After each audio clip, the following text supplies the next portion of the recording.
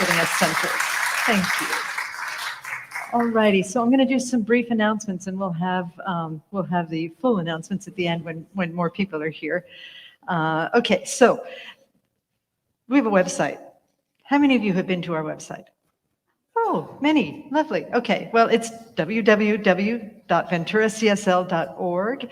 And if you have not been to our website, check it out, because all of the information I'm going to talk about is on our website, and it's also at a desk right through those doors there, so you can get everything that you need there and here as well. So the last day for our outreach, see all these beautiful backpacks? Isn't they wonderful?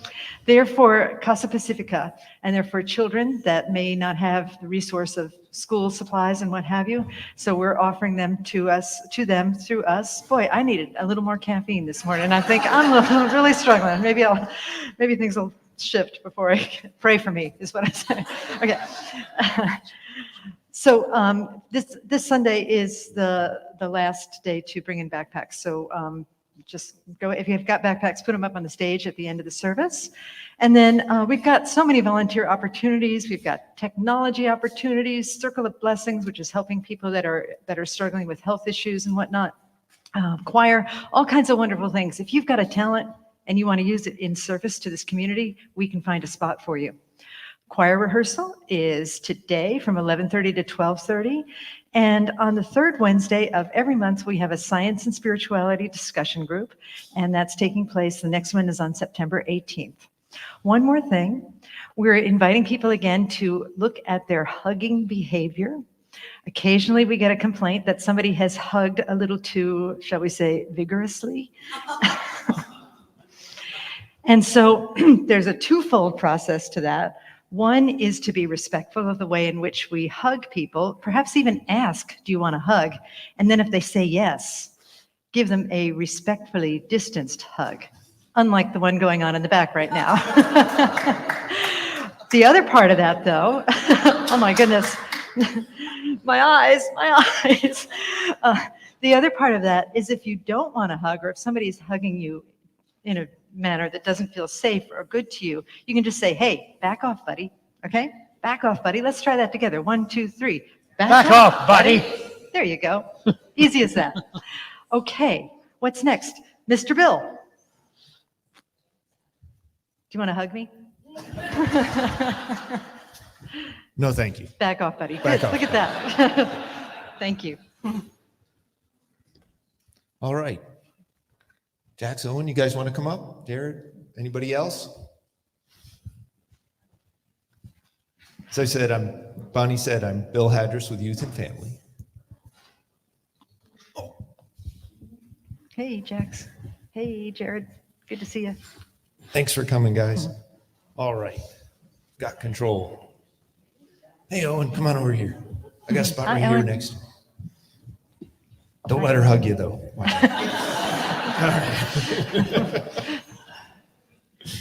All right. So in our series, The Little Spot, we're going to talk about the little spot of sadness today. So the little spot of sadness shows up whenever someone feels upset, disappointed, or maybe even experiences loss. You will see both small spots of sadness and large spots. But when that spot stays too long or becomes too big, it doesn't feel very good. I do have good news, though. The little spot of sadness, it's one of the only spots out there that we can help others with. We can help them find their peaceful spot. And we do that with empathy. So if you see someone that could use a friend, ask if it would be okay to sit there and listen to them. And you will help them find their peaceful spot. Teamwork. Sometimes you just need a little help to fix a problem, and your sadness goes away, and the confidence returns. Other times, we get put in a new situation or in a place that not only is sad, but scary. And and our anxiety spot shows up too. When that happens, we just need a little compassion. Be somebody's friend. And last, when we experience that loss of a loved one, we need someone, companionship, someone to let us cry, help us feel better, and we bring love. In the end, it's friendship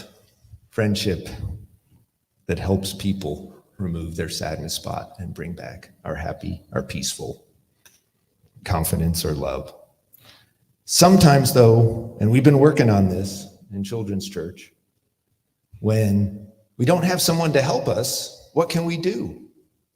So I'd like you to imagine, look at the palm of your hand, and imagine a sad spot and a peaceful spot right next to it. And then you can take your other hand and repeat these words with me. Circle the spots in the middle of your palm. Count the swirls down to calm. Around and around and around twice more. 1, then 2, then 3, then 4. Each time you trace around the spots, take a deep breath and calm your thoughts. That's beautiful. Thank you, Bill. And so it is. So it is. Great job. Thank you. I'm going to use that one. Okay. Let us sing together. You are the face of God.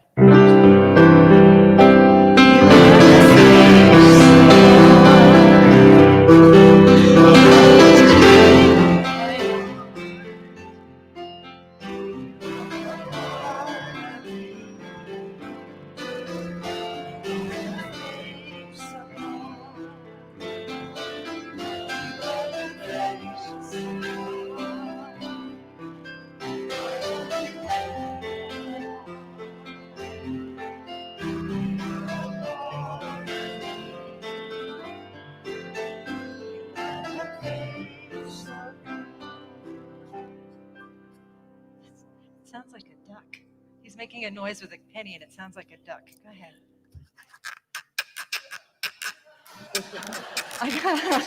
All right. I got all excited because I thought the goose was back, right? Okay. Thanks, you guys. We'll see you after church. All right.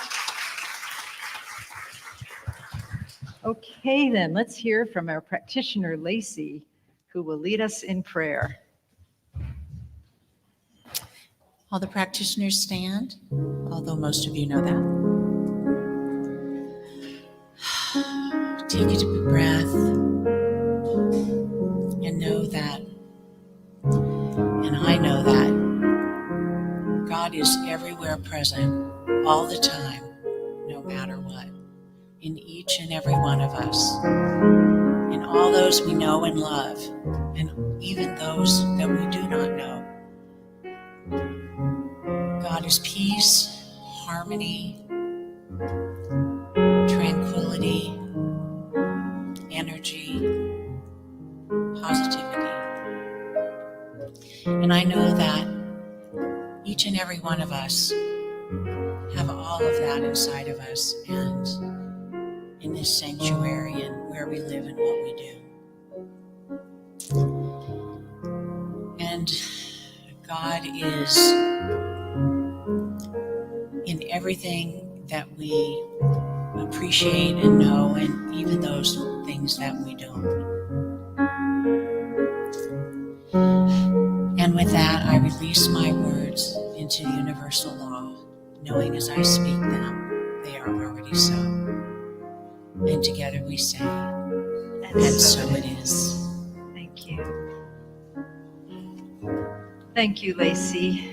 And as we settle ever deeper into our seats and into our being, let us breathe together and feel the grace of this great community. As we relax, let go, knowing we are safe. Together, we feel our hearts expand as we open to the words of our sacred reading. adapted from More Together Than Alone by Mark Nepo.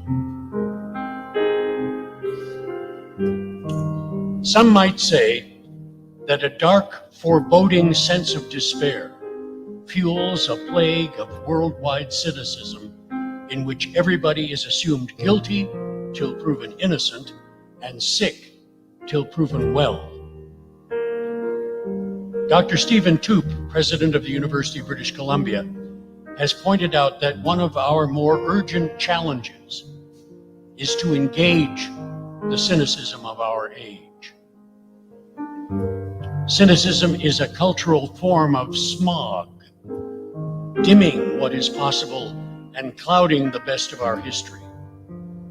And now, no matter how intelligent its argument, cynicism is more a symptom of despair than a philosophical stance or resolve to be pragmatic. Just as damaging is ungrounded idealism, which jumps over the hard work it takes to be here together. Like an alcoholic who is one drink from his demon or one drink refused from his higher self.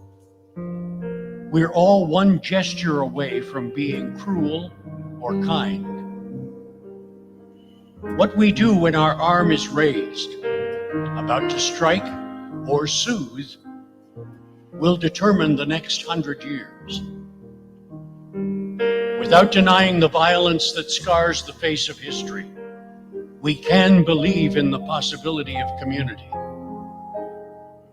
How might we embrace the past, yet move forward?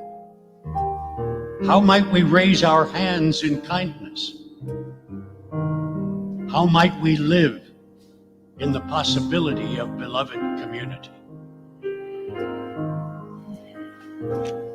And so it is. And so in the spirit of beloved community, let us know that together we lift each other up, that there are great possibilities that are tapped into in this sacred sanctuary, not only in the sanctuary of this building, this physical space, but in the sanctuary of our hearts, that we can rise above any seeming negativity in the world and know that it is part of the process of unfolding, that it is part of a bigger picture of evolving grace and evolving goodness. And part of that evolution is recognizing and remembering that we are the I am. The I am, another word for God or spirit or love. This is the truth of who we are, and this is the truth of who everyone is. Even the people that challenge us, even the people that we struggle with. Everyone is part of that I am. And so today, let us know the truth that sets us free. Let us together sing, I am remembering who I am, to trust and know that great power unfolding in each of us, right here, right now, in this community as one.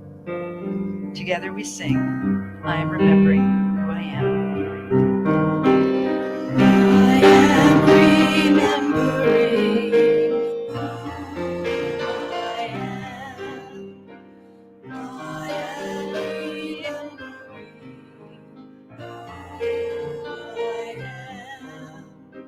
I am remembering who I am.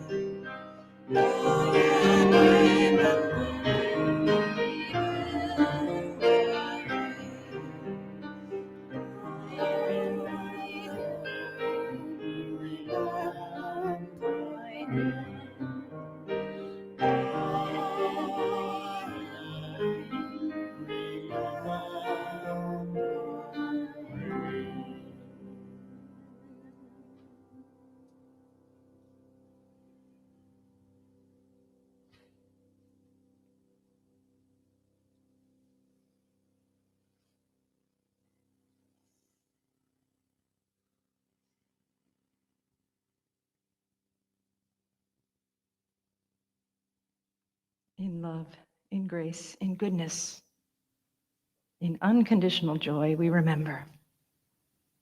We remember the I am presence as we breathe in deeply. And then exhale, opening our eyes as love, in love, and in service to what is, as it is. And so it is. That's what it is.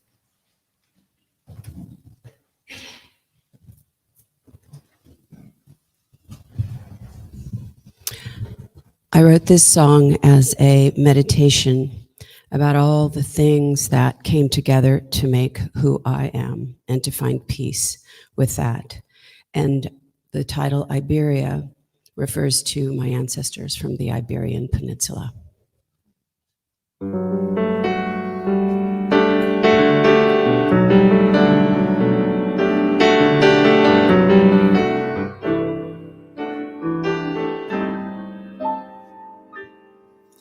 In a buried mirror, in a far country, the rivers run backwards, the winds blow backwards, everyone goes backwards.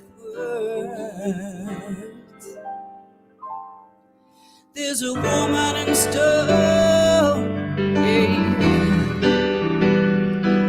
She's like the motherland,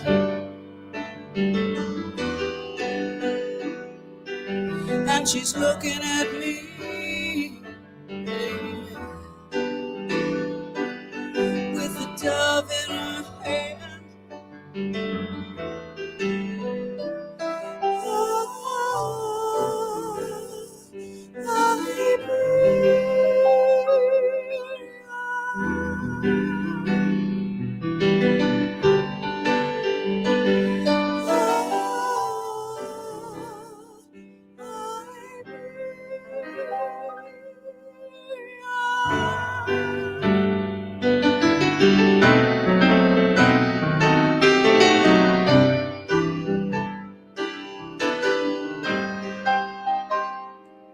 Let's put the future in the past.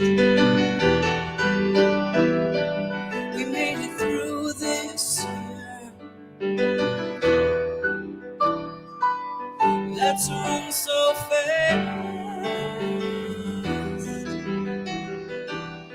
that we disappear.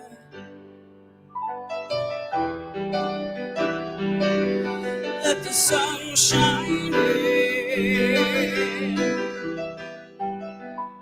on these old dry bones. Make the winds go backwards. Make everything go backwards.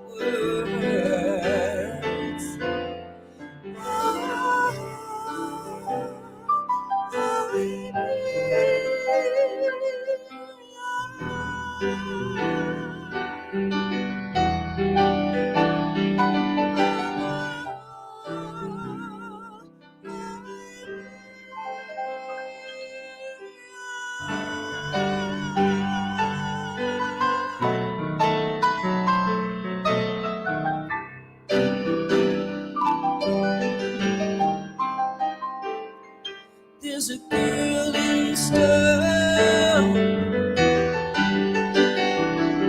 trying to make her peace with a buried mirror far across the sea, where the winds go backwards, where everything goes backwards.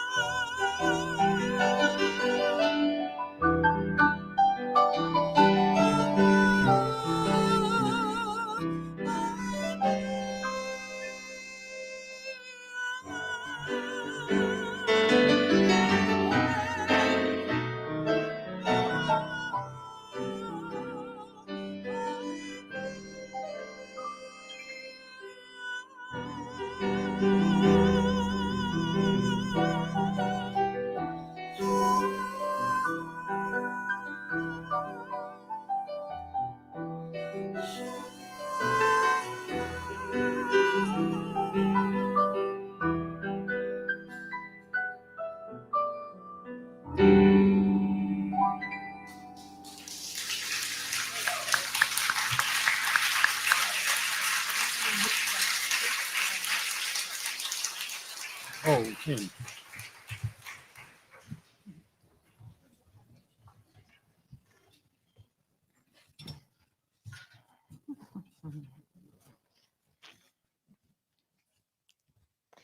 Okay.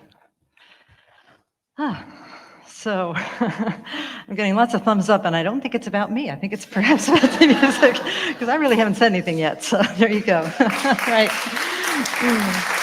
Wonderful. Thank you. So today's message is about deep healing, and it's based on this book by Mark Nepo, More Together Than Alone. And I can't read the fine print from here, but it says, discovering the power and spirit of community in our lives and in the world. The power and spirit of community in our lives and in the world. In this teaching, based on many things, but a big influence in my life has been the teachings of Gandhi. And the folks at the Gandhi ashram say that we heal through inner transformation, that we heal the world through inner transformation. And so today is about transforming ourselves and yet transforming the world at the same time. Understanding that there is cynicism. Cynicism exists. But we can move from cynicism to community, to beloved community, to quote Dr. Martin Luther King. And that my belief is that we move from cynicism to community through the practice of compassion. Radical compassion. Compassion that we didn't think was possible. Compassion for the person that you think is a big stinker in your head. Radical compassion, people.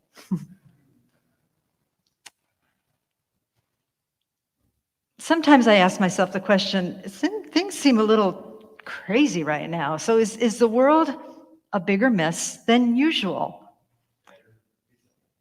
I didn't hear that, but I don't think I need to. Anyway. I think that the mystics would say, no, the world is always complicated.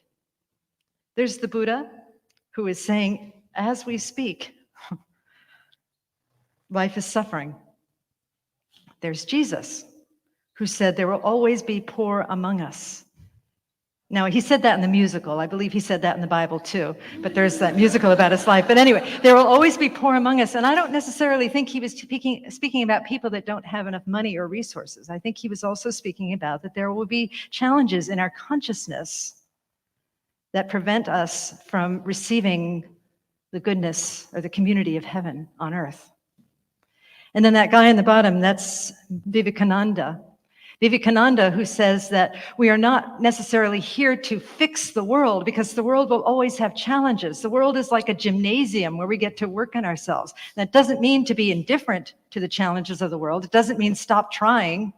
That's what cynics do, right? They give up.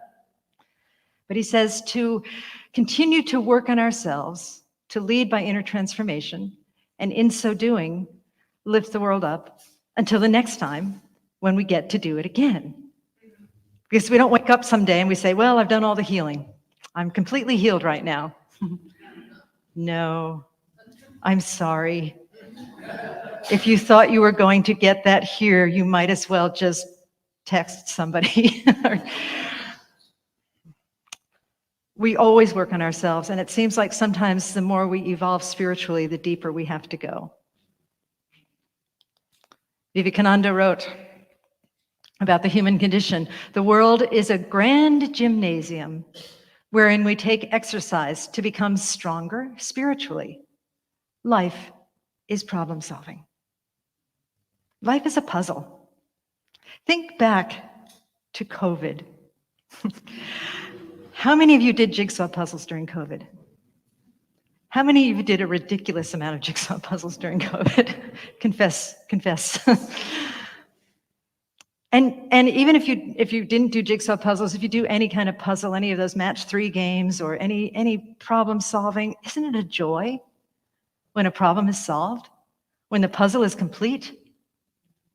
When all the pieces are there? When your cat hasn't carried off one of the pieces and they're all there? We get to do that every single day of our lives. We get to solve puzzles. And it can be joy. And sometimes, if it's too close, it can be frightening or tedious. The human condition also involves a lot of comedy.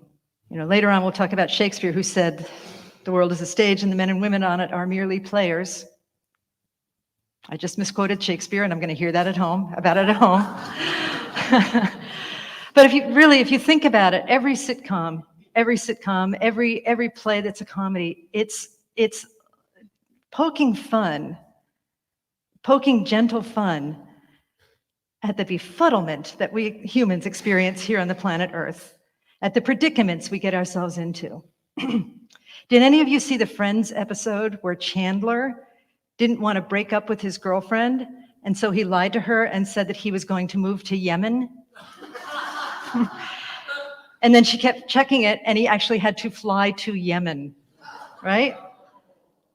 I mean, who among us has not struggled with getting out of a difficult relationship and done all kinds of contortions to try and do it in a way that helps us save the person being angry at us or upset? The human comedy is among us. To illustrate that fact, I'm going to invite a professional actor to the stage that may or may not be my husband. Last time I checked, he was. And as he's coming to the stage, I'll set up the scene. This is a scene from Seinfeld. And it's a scene where George is wanting to date the Asian woman sitting next to Jerry there. And he's telling Jerry, "You're too funny. You're too funny. You cannot be funny. I want to be the funny one. She thinks I'm funny, so don't be funny." The woman sits down and says that she's late for their date, for their dinner, because it was her aunt's birthday and she needed to spend some time talking to her aunt about her birthday. And so the scene begins with this. This is Jerry, by the way. I'm the woman, okay? Birthdays are merely symbolic of how another year has gone by and how little we've grown. No matter how desperate we are that someday a better self will emerge, with each flicker of the candle on the cake, we know it's not to be. That for the rest of our sad, wretched, pathetic lives, this is who we are to the bitter end, inevitably, irrevocably. Happy birthday, no such thing. You're a very serious person, aren't you? Well, with so many people in the world deprived and unhappy, it doesn't seem like it would be fair to be cheerful. I understand. Will you pass me the milk for my coffee? I think it's curdled. I don't care. Do you ever laugh? Not really. Sometimes when I'm in the tub. That's so sad. What do you do? I'm a comedian. And scene. Stop. Thank you.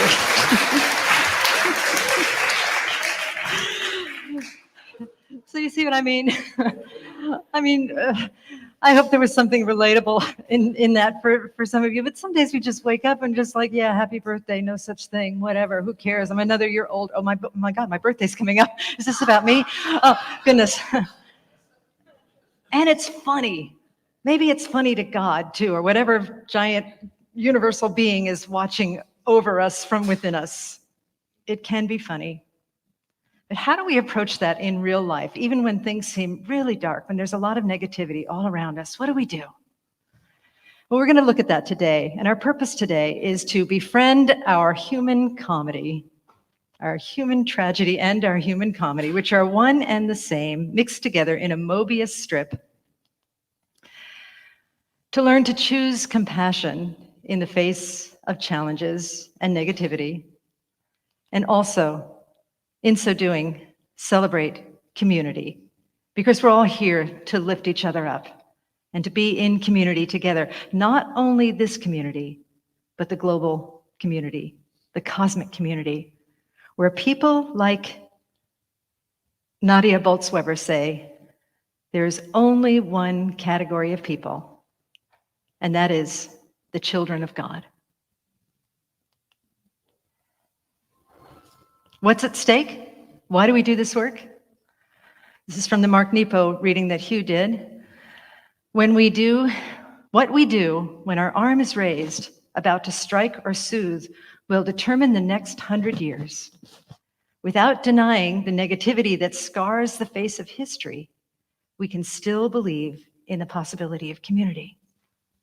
A short way of saying that is what we say here all the time: ripples are real, and if we act in kindness, that kindness ripples out and blesses the entire world. We don't know where the ripple will go, but we can trust that it happens.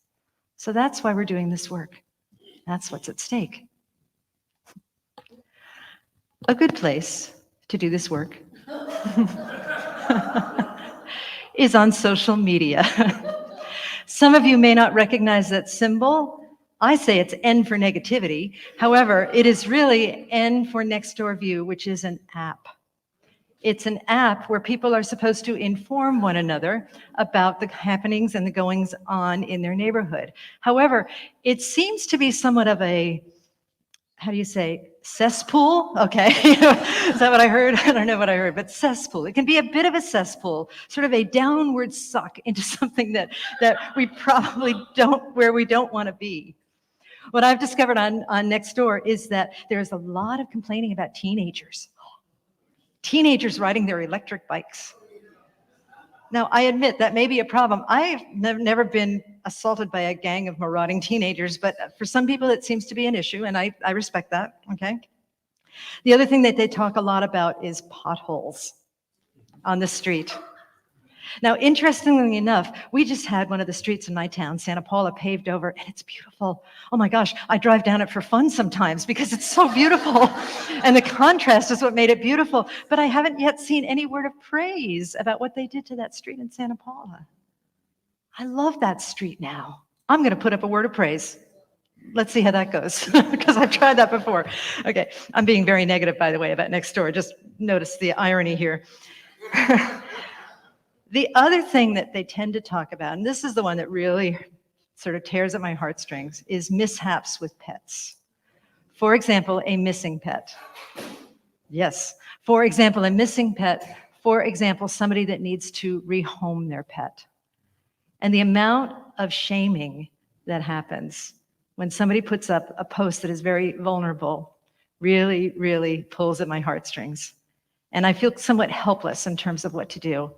You know, the thing that I think of all the time is that, you know, who of us with animals has not had a moment where we have lapsed in judgment and something unfortunate has happened to one of our animals? Maybe they didn't get lost, but maybe, say, you open the door, you're minding your own business, and your new kitten runs out, right? It happens. It happens all the time. Kittens make horrible choices, but we'll get more to that later.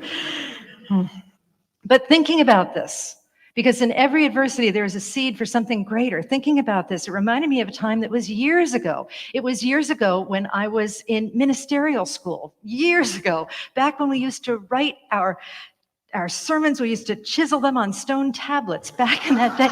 Truly, it was before the internet, you know, before we were all Googling our sermons. But this is not a ChatGPT sermon, by the way. It's just...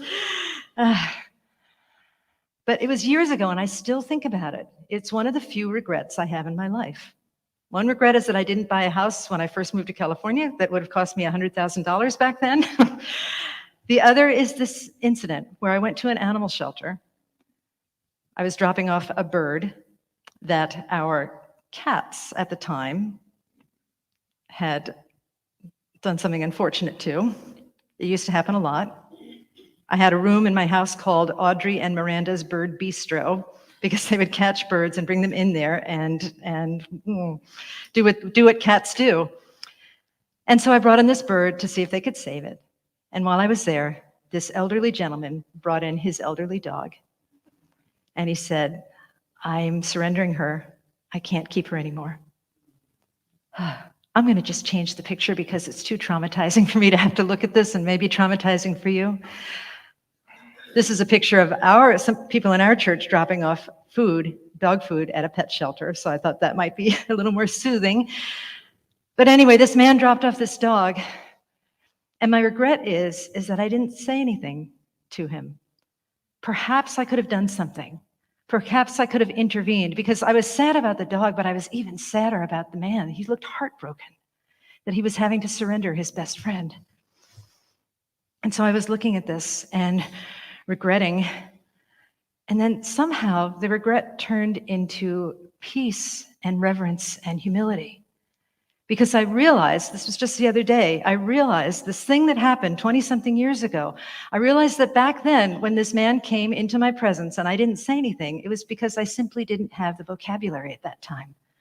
I was in a state of flux in my life. I was in ministerial school. I didn't know where we were going to end up. We didn't have dogs at that time, and I didn't know what to do. I didn't have the vocabulary that I've learned in this center from all of us working together in community, that even if you can't fix it, you can offer a word of kindness, or you can problem solve, or you can offer something. You can just offer something that gives support to the person who is in distress. And I realized in that moment, walking on the beach the other day, thinking back to this time, of how grateful I am to have this community where we teach this and we learn it and we work on it together. And the other thing that I realized, this in context, in the light of what I've just said about next door, the one thing that I realized that I did do that was completely appropriate was I was able to sit with his pain and my pain without reacting negatively, without shaming him, without blaming him, without doing anything that would inspire more guilt that he was already feeling. You know, and I attribute that to growing up and learning about medicine and as a nurse, and learning through music, being in lots of operas where a lot of really bad stuff happens to people, and understanding that you can sing about your pain, and that people go to the opera to cry on purpose. And understanding also that through ministry, much of the job is walking each other home through the pain that we feel. And I was so grateful that for whatever reason, the factors of my life brought me to this place where I was able to sit with the pain of another person without moving into defensive snark. And I bring this up now because there are many, many, many opportunities in life to move into defensive posturing, where we are simply masking our own pain, simply trying to feel what we do not want to feel. This post came up on Facebook the other day from one of my friends. It says, if you're lost in the woods, start talking loudly about politics. Someone will come to argue with you. Oh, it's so true, isn't it? But it made me think, are cynics, critics, shamers, blamers, arguers, are they lonely? Are they lost in the woods? Are they feeling something that they don't want to feel? And yes, oh, absolutely yes, there is this strong urge within us to change the world, and that can be a beautiful thing. But when it devolves into something that is completely unkind, maybe these people are just trying to protect something that they feel is precious. And like me in the dog sanctuary, in the animal shelter, just don't have the resources in order to enact that in a way that supports the greater whole.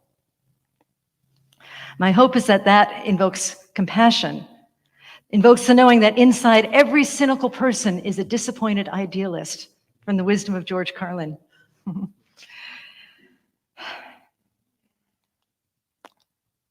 And when we understand this, when we understand that people who are doing things that we don't like, that perhaps they are just in pain and they don't have the vocabulary or the resources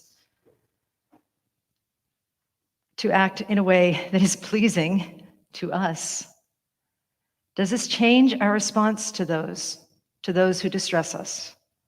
Maybe, maybe not. But if it doesn't for those people out there, perhaps when we look at ourselves and we see our cynicism or our negativity, or we feel that we're not doing it right, or we feel like we're not spiritual enough, or not smart enough, or not kind enough, when we're engaging in what I call the kindness Olympics of trying to outkind everybody. Nipun Metta, Gandhi, Jesus. Jesus. Maybe we have that understanding that we're just growing. We don't have the vocabulary or the resources yet, but we can learn them. Again, we are all animals showing up as love in distressing disguises. That is the famous picture of my cats, Batman and Catwoman, our kittens, our adopted kittens, trying to disembowel each other and bite each other's heads off. And what I've noticed, I said before that teenagers make really poor choices sometimes, as do teenage cats. They are teenage cats now. They do not know that it is not appropriate to climb into the dryer when I'm loading wet clothes in there. Should I shut the door rather, and turn it on? That would be very unfortunate for them. They don't know that when I'm standing by the door, waiting to let the dogs in and out, which they want to do 20, 30 times a day, that they should not take a flying leap and fling themselves at the door and then slide down. They think that it will help, but it doesn't. They make really, really poor choices sometimes, and all of their choices are about survival. You know, the trying to get out is looking for a bigger hunting ground. They know that in the wild, they need to broaden their horizons and hunt in a bigger space. The hiding in the dryer, their desire to hide in small spaces, sometimes unfortunately small spaces, sometimes spaces where we can't even get them out.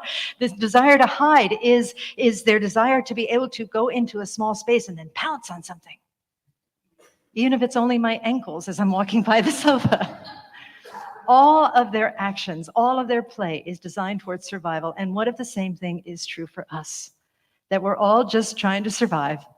And some of our actions may be primitive, some of our choices may be poor, but underneath it all, we are all just trying to survive.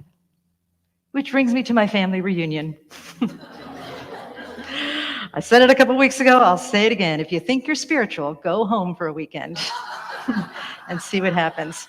Now, it was just a reunion with my three sisters and me. And, you know, granted, it was really actually lovely. And I don't want to talk ugly about my sisters because we really had a great time. So great that we're going to do it again. Okay, we're doing it again next year. They may come here. Woo. Woo. But they're not staying with me, I can tell you that right now. We're getting them an Airbnb, that's for sure. But the reason I bring that up is that moments after I got in the car, this is what I felt like. Right?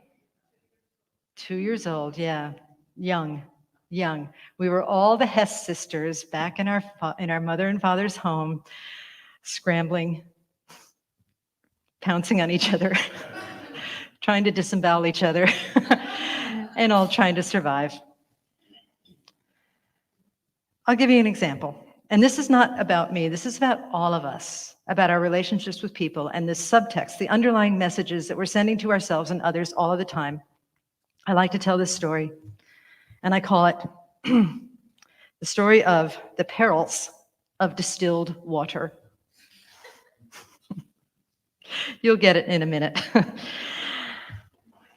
Whilst driving around with my sisters, all four of us in a car, in a confined space, in a car, I noticed that I was dehydrated from flying, and my sister had purchased all of this beautiful alkaline water that we were to drink, and it was at her home, and I realized that it was going to not be enough for me, that I wouldn't be able to share nicely with the alkaline water.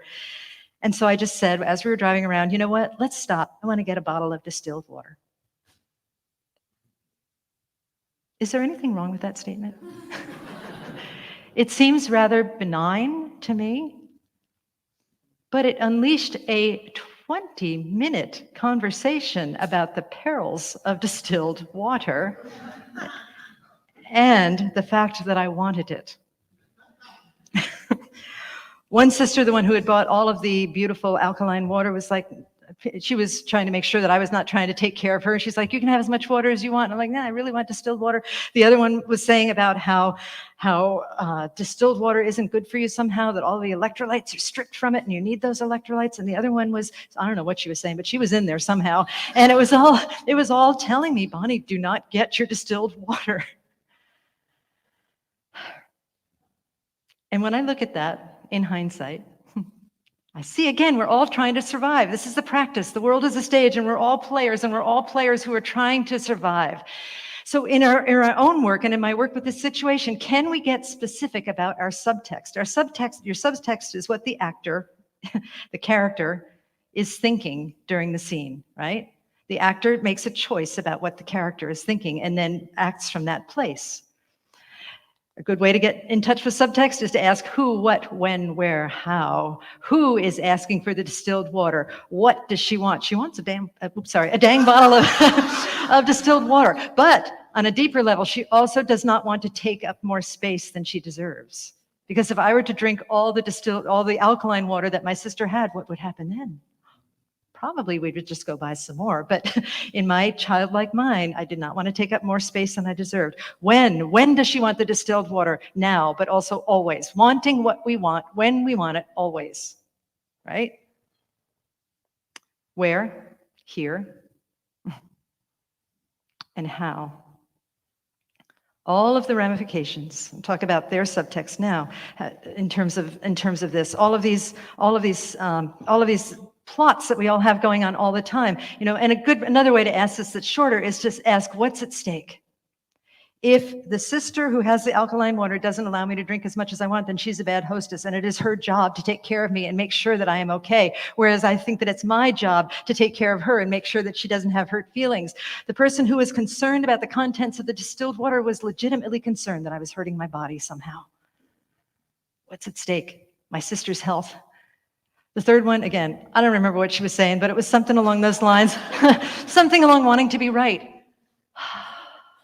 And that's what it came down to for me, is that I wanted my reality when I wanted it, and I did not need a lot of input on something that is benign, something that is harmless, something that I have the right to have, even if it does involve a short detour to Kroger, the grocery store.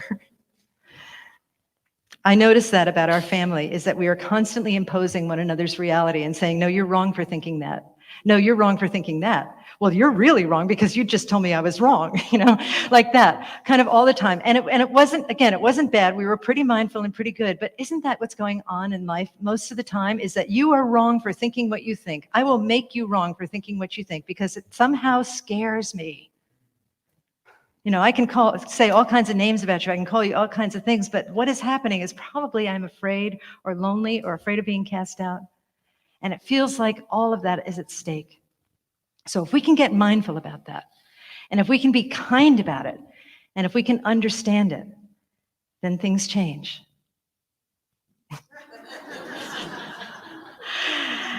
And to conclude the saga of the distilled water, what ended up happening was they went on for maybe 15, 20 minutes, and I was chiming in here and there, but mostly I just let them speak. And eventually I just said, you know what? I am going to make a decree. I was kind of thinking of the Bible, where Jesus talks to the centurion who asked Jesus to heal his son, and there's this servant rather, and there's this whole thing about you can command armies to do what you want, and you can get people to do what you want. I felt, you know what? I'm a centurion. I can ask for what I want and not be ashamed of asking for what I want, and y'all can yammer all away. But here is my decree, people. Verily, I say unto you, I will go unto Kroger, and lo, there I will buy a bottle of distilled water, and I will live to tell of it.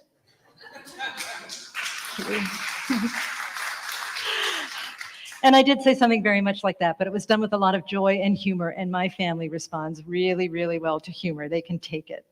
So we learn the language of the people that may seem to be giving us a hard time, and we also have compassion for them. That's the thing. That's the thing, is compassion. Compassion aligns us with truth, because the truth is that everything belongs, and compassion is a manifestation, a way of expressing the truth that everything belongs. In the middle of that circle, there may be fear. That may morph into negativity, but that which encloses all of it is love, pure love. And what I've learned in the past couple of weeks from studying this, I'll say more about this another time, but from studying this idea that everything is in this circle of love, it brought me back to that idea of people doing pet shaming on Nextdoor View. And really, if I look deeply, if I can get past my discomfort from what I see as inappropriate behavior or unfortunate behavior, I can see that really what it is that they love animals, and they want animals to be safe. They're just like me in that tiny, tiny regard. And maybe if we act from that place, then life is better for all of us. And we do indeed create the beloved community.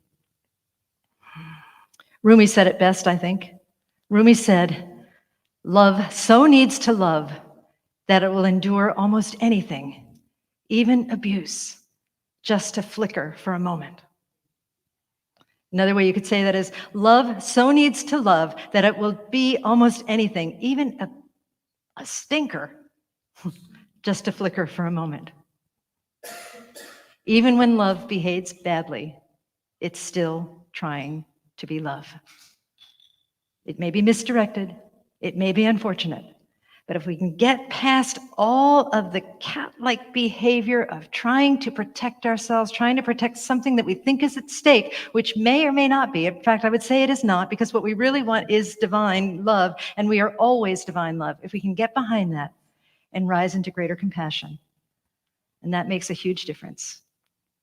Like we said before, ripples are real, and that type of mindful kindfulness is what makes the world a beloved community for all of us. And so, let's read together. Our thoughts and actions matter. Today we acknowledge our shared humanity. We offer compassion to all, and we become the beloved community. And so it is. So it is, and so we let it be. Let us pray, Brother Chris. Here we go. All righty. Okay, so turning within, let's just breathe into this knowing of this divine presence and power that is the life that is spirit, that is the life of love and the life that infuses every aspect of our being. We know that this is who we are right here and right now. We don't have to be better to do this, to be this. We already are that. And as we realize more and more that we are this beloved divine essence, our actions, our thoughts, our behaviors start to follow suit. And we move into that place of extreme grace, knowing, trusting, feeling, sensing that love guides us in every action, in every thought. And more, our love, our guidance is to do that which is best for all, to move into greater compassion, to move into greater kindness, and to support ourselves with self-compassion and self-kindness. It is true that we do not allow people to bully us or to hug us inappropriately or to do that which causes us to feel unsafe, but we are able to say no in a way that is just and kind and fair and loving. Imagine with me a world where we are moving into this place of greater compassion and understanding. It may not be the whole world, but it can be our world. And as we love our enemies and bless those who curse us, let us know that this transforms us from the inside out. And the outer follows the inner. And when the inner and outer become one, then we have entered into the realm of heaven on earth, the community of heaven on earth. That is the truth of our existence. This place that is completely unconditional, that I can be, you can be, we can be, perfectly centered in love and kindness and joy, no matter what the external circumstances. And that from that place we can do what is most right for the most number of people. And so with a heart filled with gratitude and filled with love, I say thank you so much for this transformation. Thank you so much for this ongoing work that we do in this stage called Planet Earth. Thank you, divine love, for being and for being who we are. I am so grateful for this teaching and for all teachings everywhere, churches, synagogues, temples, mosques, ashrams, gurdwaras, fundamentalists, atheists, everyone I haven't named, just so grateful. And with a heart that is filled with gratitude, I say thank you, Spirit, thank you, love, and I release these words into the divine mystery, and together we say, and so it is. Thank you.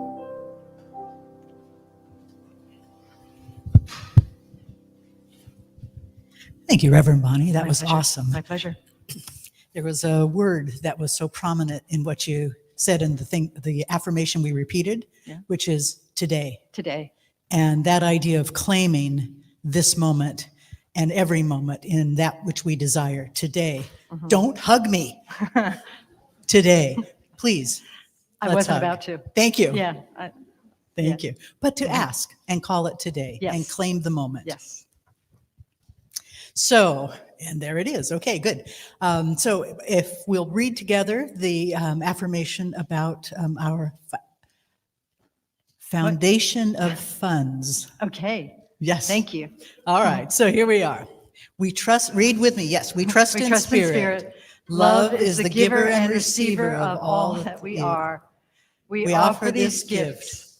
They are an outer expression of our inner abundance and compassion. Our gifts bless many and return to us multiplied in miraculous ways, so that we may give again. And so it is. Thank you. Thank you for circulating.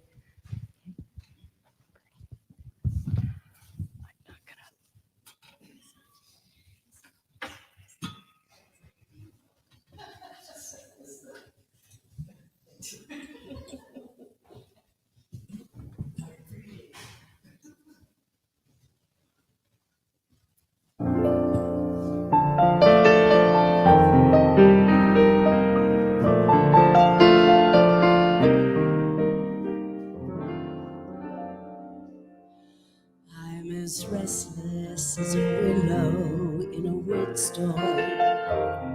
I'm as jumpy as a puppet on a string. I'd say that I had spring fever, but it isn't even spring. I'm as starry-eyed and vaguely discontented, like a nightingale without a song to sing. I'd say that I had spring fever, but it isn't even spring. I keep wishing I was somewhere else, walking down a strange new street, hearing words that I have never heard from a love I've yet to meet. I'm as busy as a spider spinning dead dreams. I'm as giddy as a baby on a swing. I haven't seen a crocus or a rosebud or a robin on the way, but I feel so gay in a melancholy way that it might as well be spring. It might as well be spring.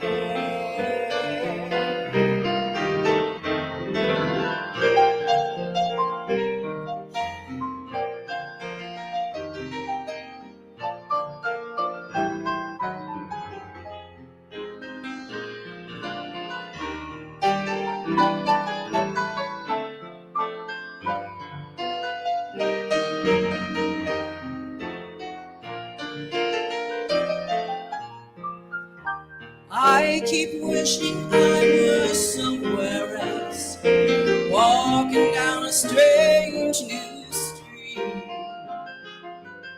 hearing words that I have never heard from a love I've yet to meet.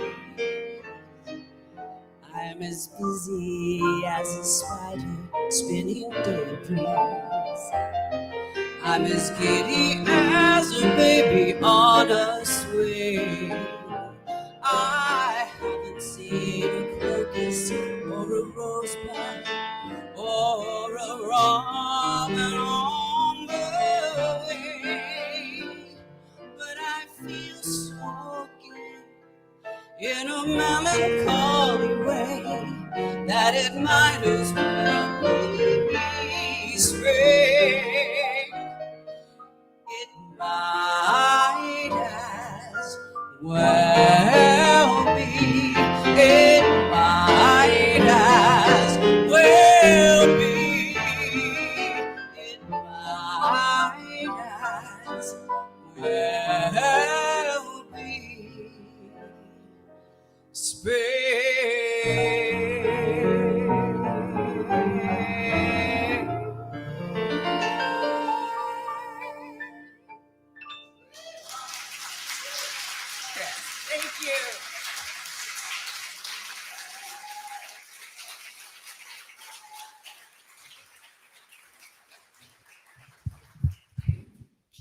Thank you, Perla. That's so wonderful.